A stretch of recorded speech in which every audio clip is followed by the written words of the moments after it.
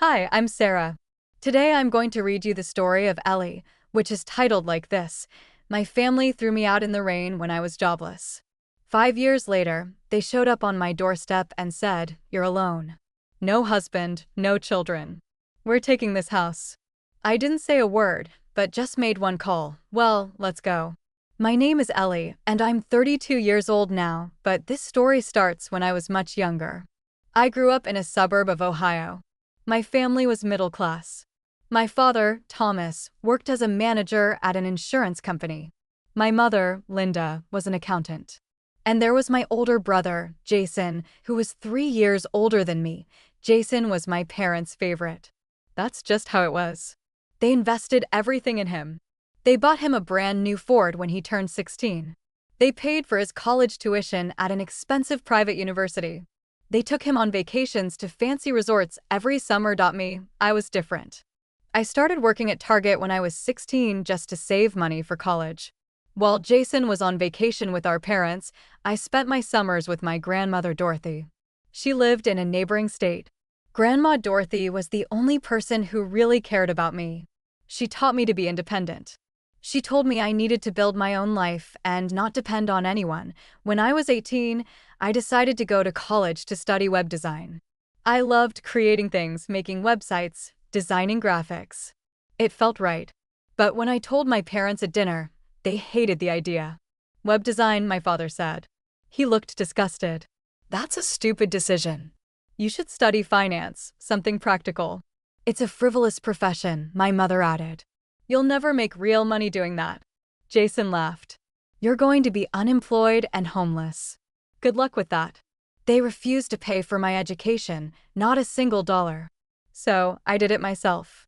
I moved into a rented apartment with 2 roommates. I enrolled at a local community college. I worked 40 hours a week at 2 different jobs. I was exhausted all the time, but I kept going. After 2 years, I transferred to the state university. I worked even harder. I barely slept, but I graduated when I was 22. After graduation, I moved to Columbus and got a job as a designer at a digital agency. It wasn't a big job, but it was a start. I shared an apartment with a girl named Megan. We split the rent and got by. I barely talked to my parents during those years. I'd send them cards on holidays, but that was it. The only family member I stayed in touch with was Grandma Dorothy. One time I went home for Christmas. It was a mistake. The whole holiday, all I heard was how successful Jason was, how he had a great job, how he was doing so well, and how stupid I was for choosing web design. I never went back after that. I focused on building my career. I worked hard at the agency. I learned new skills. I took on extra projects. Slowly, I built up my experience and my reputation. Then when I was 27, everything fell apart. I came to work one morning and found a notice on the door. The agency had gone bankrupt. We were all fired just like that. No warning, no severance pay. Nothing. I was devastated. I'd worked there for 5 years. Around the same time, Megan told me she was moving in with her boyfriend, which meant I'd have to pay the full rent on our apartment by myself. I couldn't afford it. I started looking for a new job immediately. I sent out hundreds of resumes. I went to dozens of interviews. Nothing worked out. 3 months passed. I spent all my savings. I got an eviction notice from my landlord. I was desperate. So I did something I never wanted to do. I called my parents. My father answered. "Dad, I need help," I said. "I lost my job and I'm about to be evicted. Can you lend me $2,000 just for 1 month's rent? I'll pay you back as soon as I find work." There was a pause. Then my father said, "These are the consequences of your wrong choice of profession." "Dad, please," I said. "We can't help you," he said. "We're spending money on Jason's MBA education. You made your bed. Now lie in it." "Mom," I said, "are you there?" My mother's voice came through. "Your father's right, Ellie. We don't have money to bail you out of your poor decisions." They hung up. I sat there in my empty apartment, staring at my phone. I didn't have many options. I packed up my things.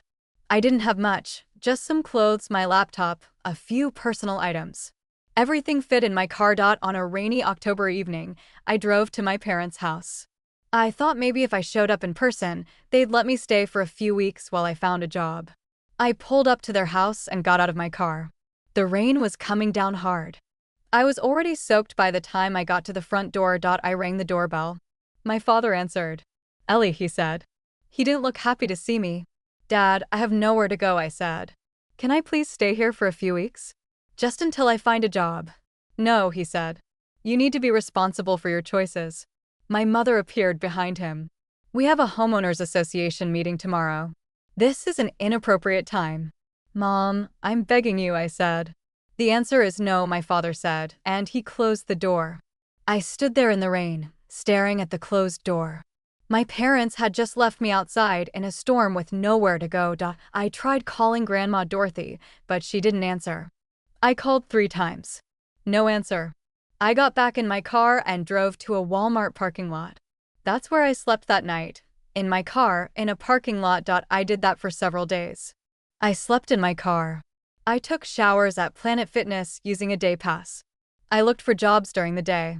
I filled out applications at coffee shops and restaurants, anything to make money. One afternoon, I was at Starbucks working on my laptop when someone approached my table. "Ellie," a voice said. I looked up. It was Carla, a girl I'd gone to high school with. "Carla, hi," I said. She looked at me closely. "Are you okay? You look like you've been through something." I started crying. I couldn't help it. All the stress and fear just came pouring out. Carla sat down. "Tell me what's going on." I told her everything: the job loss, the eviction, my parents turning me away, living in my car. "You're coming home with me," Carla said, "right now.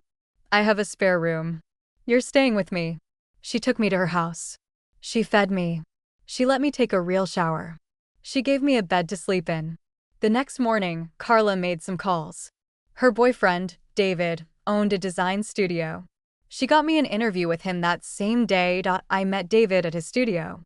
I showed him my portfolio. He hired me on the spot. "You start Monday," he said. "The pay isn't great, but it's something." I started working at David's design studio on Monday. The office was small, but modern, with big windows and clean white walls. David had 3 other designers working for him. "You'll start with basic projects," David told me. "Client presentations, social media graphics, simple branding.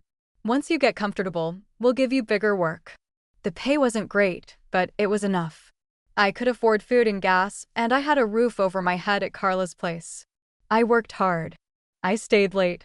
I took on extra projects. I wanted to prove myself.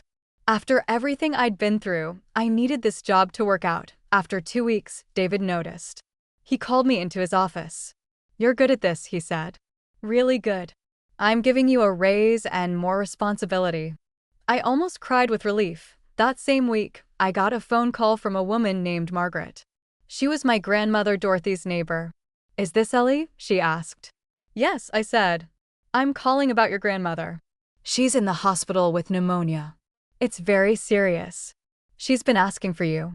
My hands started shaking. That's why Grandma hadn't answered when I had called from my parents' driveway. I told Carla immediately. "I need to go see her."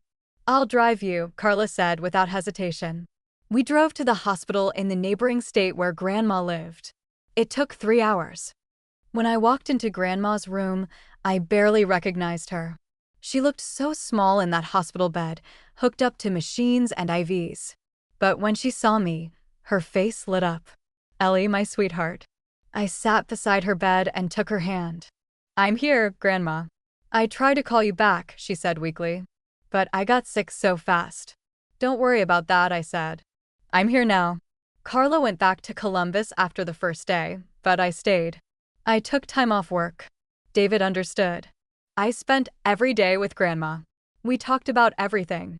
She told me stories about my father when he was young, before he became so cold. She told me about my grandfather, who died before I was born. She told me how proud she was of me. On the 3rd day, Grandma asked me to open the drawer beside her bed. "There's an envelope in there," she said. "Take it." I pulled out a thick envelope. Inside were keys and legal documents. "That's for my cottage," Grandma said. "The deed, the keys, everything. And there's information about my savings account. It's all yours, Ellie." Grandma, no, I said. You're going to get better. She smiled sadly. We both know that's not true. I want you to have it. You deserve a real home. Build the life you want there. I love you, I said. I was crying. I love you too, sweetheart, she said. More than you'll ever know. She died that night, peacefully, while I was holding her hand. The funeral was 2 days later. My parents came. So did Jason. They sat in the front row, looking bored and annoyed. After the funeral, Grandma's lawyer held a reading of the will at his office. Everyone gathered in a small conference room. The lawyer opened the document and began reading. To my granddaughter, Ellie, I leave my cottage, all furnishings, and my savings account, which currently contains approximately $48,000. The room went silent. Then my father stood up. His face was red. This is unacceptable. That property should go to us, not her. Dorothy was my mother said loudly. I'm her daughter. The house should be mine by right. The will is legally binding, the lawyer said calmly. She manipulated an old woman, my father said, pointing at me. She poisoned her against us. I visited her, I said quietly. That's all I did. You never came to see her. Jason stood up too. This isn't fair. We need that money more than you do. The will stands, the lawyer said firmly. This meeting is over. My family stormed out, slamming the door behind them. I moved into Grandma's cottage 2 weeks later. It was old and needed a lot of work, but it was mine. I started renovating immediately. I painted every room, choosing colors Grandma would have loved. I fixed the plumbing and electrical issues. I refinished the hardwood floors. I restored her garden in the backyard, planting the flowers she'd always loved. David let me work remotely, which was perfect. I set up a workspace in the spare bedroom and continued doing projects for his studio. But I also started taking on my own freelance clients. I'd work for David during the day, then do my own projects at night. One of my first clients was Ryan Anderson, the owner of a local bookstore. We'd met when I went in to buy some books. We started talking about design, and he hired me to rebrand his store. After that, more clients came. Word spread. My business grew. A year after moving into the cottage, I officially founded Horizon Creative, my own design studio. I specialized in branding for small businesses. I worked constantly, but I loved it. This was my dream. 5 years passed. The cottage was completely renovated now. Every room was beautiful. I'd converted Grandma's old garage into a professional office space. I'd hired 3 employees. We had regular clients and steady income. Ryan and I had become close over those years. What started as a professional relationship became a friendship and then something more. We'd been dating for about a year now. I was happy, really genuinely happy. I had a home I loved, a business I'd built myself, and people who cared about me. 5 years later, I got a message from Jason. We hadn't talked in all that time. Hey Ellie, I heard you're doing really well with your business. I'd like to reconnect. We're family. Can we talk? I stared at the message for a long time. I didn't trust him, but I was curious about why he was reaching out now. I called him back. Jason, what do you want? I asked. I just want to talk, he said. His voice was friendly. Too friendly. I've been thinking about family lately, about how important it is. I'd like to visit you, see your place. Something felt off, but I agreed. Fine, one visit, Saturday afternoon. A few hours, that's it. Great, Jason said. I'll bring Mom and Dad too. Before I could say no, he hung up. The next day, my mother called. Ellie, sweetheart, she said. Her voice was sugary sweet. Jason told me we're coming to visit. I'm so excited to see what you've done with Grandma's cottage. It's my cottage now, I said. Of course, my mother said quickly. I just meant it's wonderful that you fixed it up. Family is so important, don't you think? I'll see you Saturday, I said, and hung up. Saturday came. My parents and Jason arrived in the afternoon.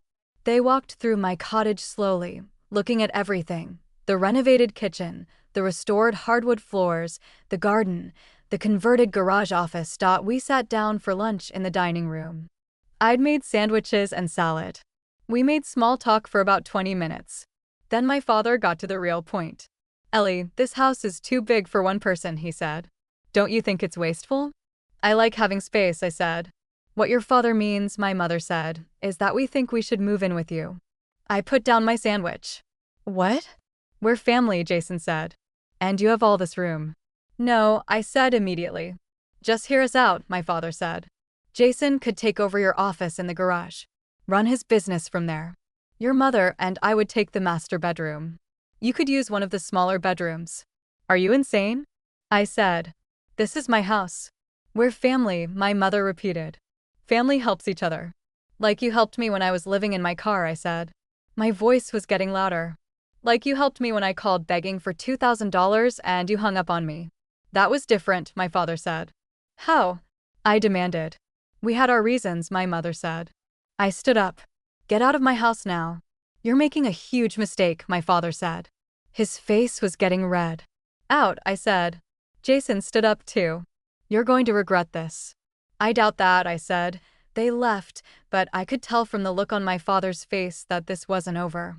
3 weeks later, Ryan and I left for a design conference in Chicago. It was a 3-day event about branding and digital marketing.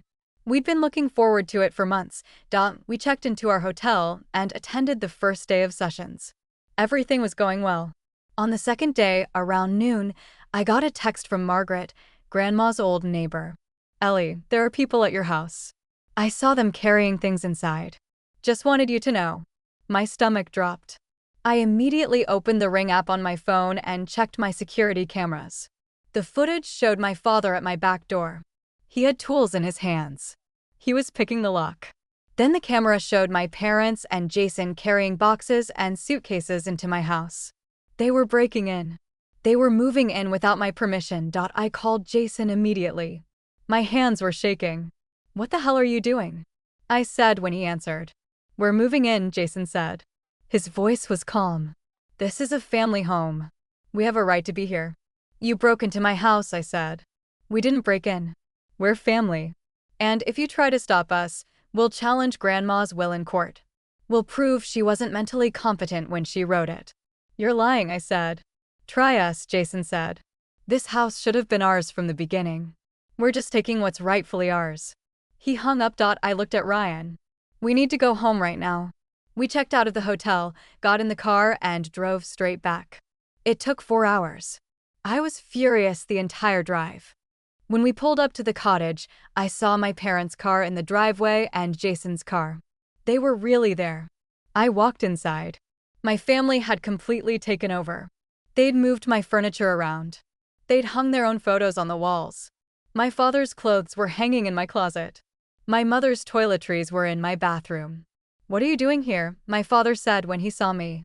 You weren't supposed to be back until tomorrow. Get out of my house, I said. No, my father said. He crossed his arms. You don't even have a real family. No husband, no children. You're alone. We're taking this house. We need it more than you do. This is my house, I said. Grandma left it to me. We'll see about that, my mother said. We're not going anywhere. I pulled out my phone. Fine, I'm calling the police. Go ahead, my father said. We'll tell them we're family and you invited us. I have security footage of you picking my lock, I said. That's breaking and entering. My father's face went pale. I dialed 911. I need to report a break-in. My family broke into my house and they're refusing to leave. The police arrived 20 minutes later. 2 officers came to the door. I showed them the security footage on my phone. It clearly showed my father picking the lock and all of them entering without permission. You have 30 minutes to pack your things and leave, one officer told my family. If you're not gone by then, you'll be arrested. My mother started crying. We have nowhere to go. That's not my problem, I said. My family scrambled to gather their things. They threw clothes into suitcases. They grabbed their boxes. They were furious, but they left. After they were gone, the police helped me file a formal report. I gave them all the security footage. I also got a temporary restraining order against all 3 of them. The police told me they'd investigate further and that my family would likely face charges for breaking and entering. The police investigation moved quickly. During their search of my family's phones, they found a WhatsApp group chat. It was called Family Plan and included my parents and Jason. The detectives showed me the messages. They'd been planning the break-in for weeks. They'd discussed which rooms they'd take, how they'd get in, what they'd say if I tried to stop them. One message from my father said, "She's alone and weak. She'll give in eventually." Another from Jason said, "If she fights us, we'll threaten to contest the will. She'll back down." My mother had written, "We deserve that house more than she does." Reading those messages hurt, but it also made me angry. They'd planned everything. This wasn't a desperate mistake. It was calculated. The district attorney charged my father and Jason with breaking and entering. My mother wasn't charged because the footage showed she'd entered after the door was already unlocked. 3 weeks later, there was a court hearing. My father and Jason both took plea deals. They pleaded guilty and received suspended sentences. No jail time, but they'd be on probation for a year. The judge also extended my restraining order. My family couldn't contact me or come within 500 feet of my property for 2 years. After the hearing, I went home feeling exhausted but relieved. It was over. A week later, I got a letter in the mail. It was from my mother, a handwritten letter, several pages long. I almost threw it away without reading it, but something made me open it. The letter was an apology, a real one. My mother wrote about how she and my father had failed as parents, how they'd favored Jason and neglected me, how they'd been so focused on what they thought success looked like that they'd pushed away their own daughter. She wrote about how they'd lost everything. My father had been fired from his insurance company for violations. Jason had lost all his savings in bad cryptocurrency investments. They'd lost their house and were living in a small apartment. She wrote that she understood why I didn't want them in my life, that she didn't blame me, that she was sorry. The letter ended with, "I don't expect forgiveness. I just wanted you to know that I finally see how wrong we were. I hope you have a happy life, Ellie. You deserve it." I read the letter 3 times. Then I sat down and wrote a short response. "I acknowledge your apology. I appreciate that you finally see what you did wrong, but I'm not ready to have you in my life. Maybe I never will be. I need to move forward without you. I hope you understand." I mailed the letter and didn't hear back. That was fine with me. Life moved on. My business continued to grow. I hired another employee. We took on bigger clients.